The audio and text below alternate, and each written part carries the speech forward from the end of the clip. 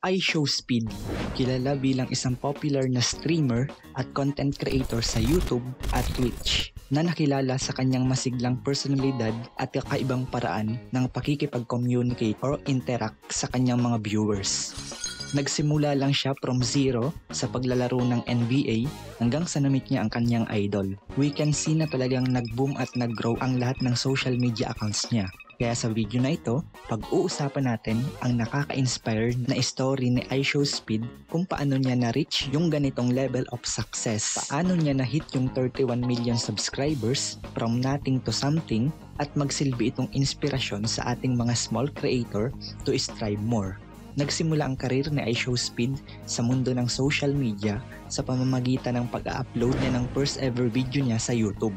Basically, gameplay ito nang naglalaro siya ng NBA 2K18 dahil nga first video niya to, full gameplay lang, walang kahit na anong komentary. Pero as of recording this video, meron na itong 2.5 million views dahil sa mga fans niya na binabalikan ang first video niya. Pero sa third video, nag-upload ulit siya pero may kasama ng komentary. What is good, YouTube? Hassan, I'm playing But hindi pa rin ito bumenta sa manonood. Year 2018, nag-decide siya na sumunod sa trend at saktong-sakto in that year, sikat na sikat ang Fortnite kaya ito ang kanyang kinontent. Pero wala pa ding nangyari. Bagsak pa din ang views at kokonti ang engagement. Kaya bumalik siya ulit sa paglalaro ng NBA. Trinay din niyang mag-stream sa Twitch. Ganon din ang nangyari, hindi siya masyado nakakuha ng response. Dito ulit sa YouTube, nag-upload naman siya ng mga commentary or reaction video about sa random videos na pinapanood niya.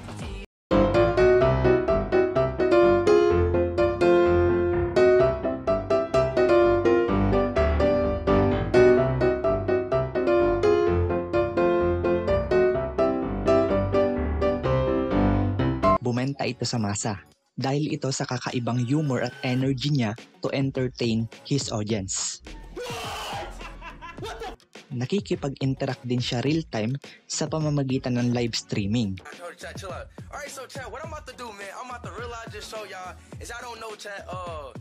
Kaya mas nagustuhan pa siya ng madaming tao. Pero hindi lahat nagugustuhan siya. Which is normal lang naman, may mga tao pa rin talaga na magbabash sa kanya dahil siguro sa pinapakita niyang unpredictable behavior o siguro hindi lang nila gets yung kanyang humor kasi nga mataas ang kanyang energy. Say that this is better than KFC, so let's check it out.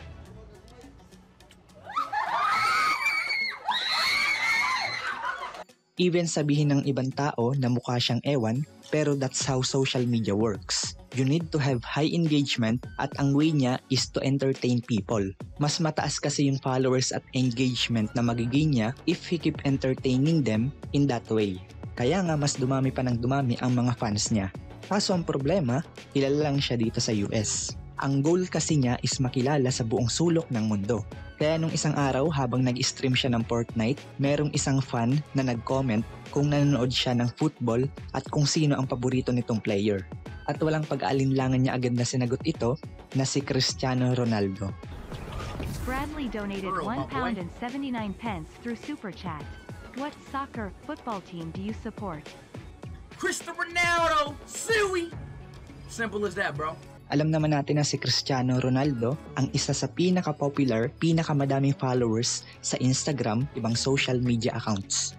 August 21, 2024, pinatunayan niya muli ang kanyang global influence by creating his own YouTube channel, which is ang name is Your Cristiano.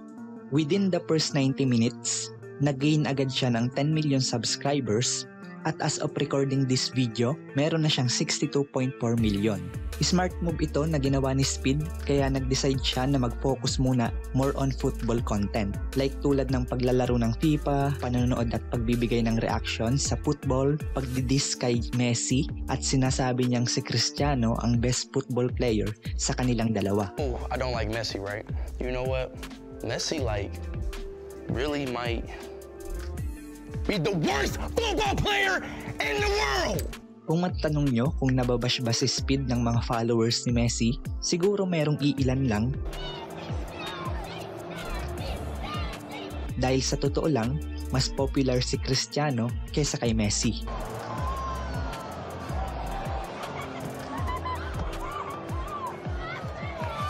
Based dito sa post sa Quora 5 years ago, meron siyang 149 million followers. Sa Instagram yan. Pero ngayon 2024, ang total follower niya na is 639 million. At sa point na ito, tama na sinuportahan ni Speed si Cristiano. Dahil dyan, mas nahahatak ang kanyang popularity.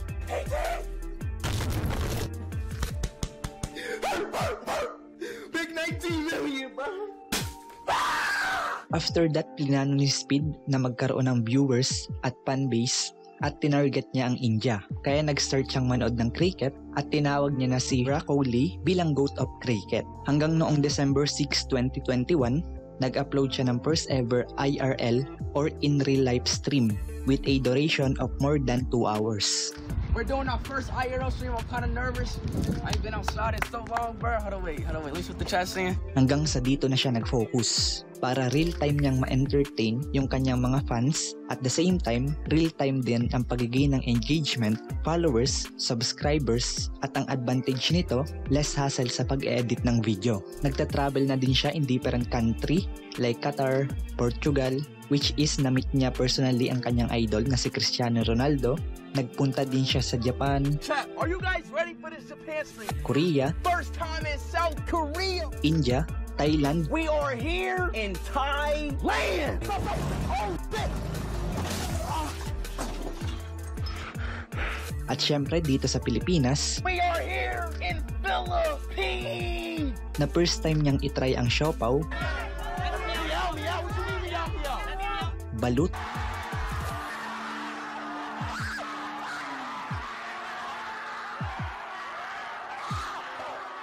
at Jollibee. Okay, everybody in the Philippines say that this is better than KFC. So let's check it out.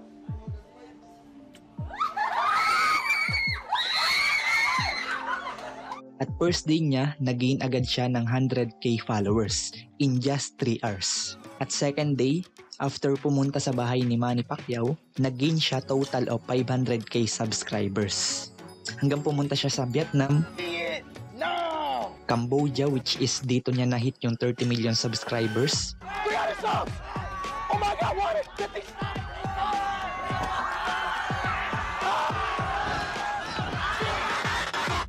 at sa ngayon tuloy-tuloy pa din ang pag-stream niya sa pamamagitan ng out of country or paglibot sa iba't ibang bansa.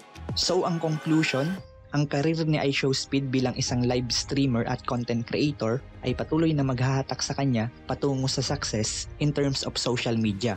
Isa siyang halimbawa at nagpapatunay na walang nagtatagumpay sa pagiging mahiyain. Madalas ang pagiging totoo or authentic ay nagli-lead towards to success. Madami man siyang napagdaanan, iba-ibang platform ang nasubukan, pero hindi siya sumuko. Kaya ngayon, nananatili at tinagurian siyang isang icon or significant figure ng kanyang milyon-milyong fans at supporters, hindi lang sa larangan ng live streaming, kundi sa lahat ng social media platforms. Kaya kung ikaw, isang aspiring content creator katulad ni Speed, noong nagsisimula pa lang siya, patuloy ka lang sa buhay. Tuloy mo lang yung mga bagay kung saan ka masaya. Huwag magpapa-apekto sa sinasabi ng iba at lahat ng iyan, sa dulo, magbubunga. Okay, at kung may natutunan ka sa video na to, kung bago ka pa lang at hindi nakasubscribe, please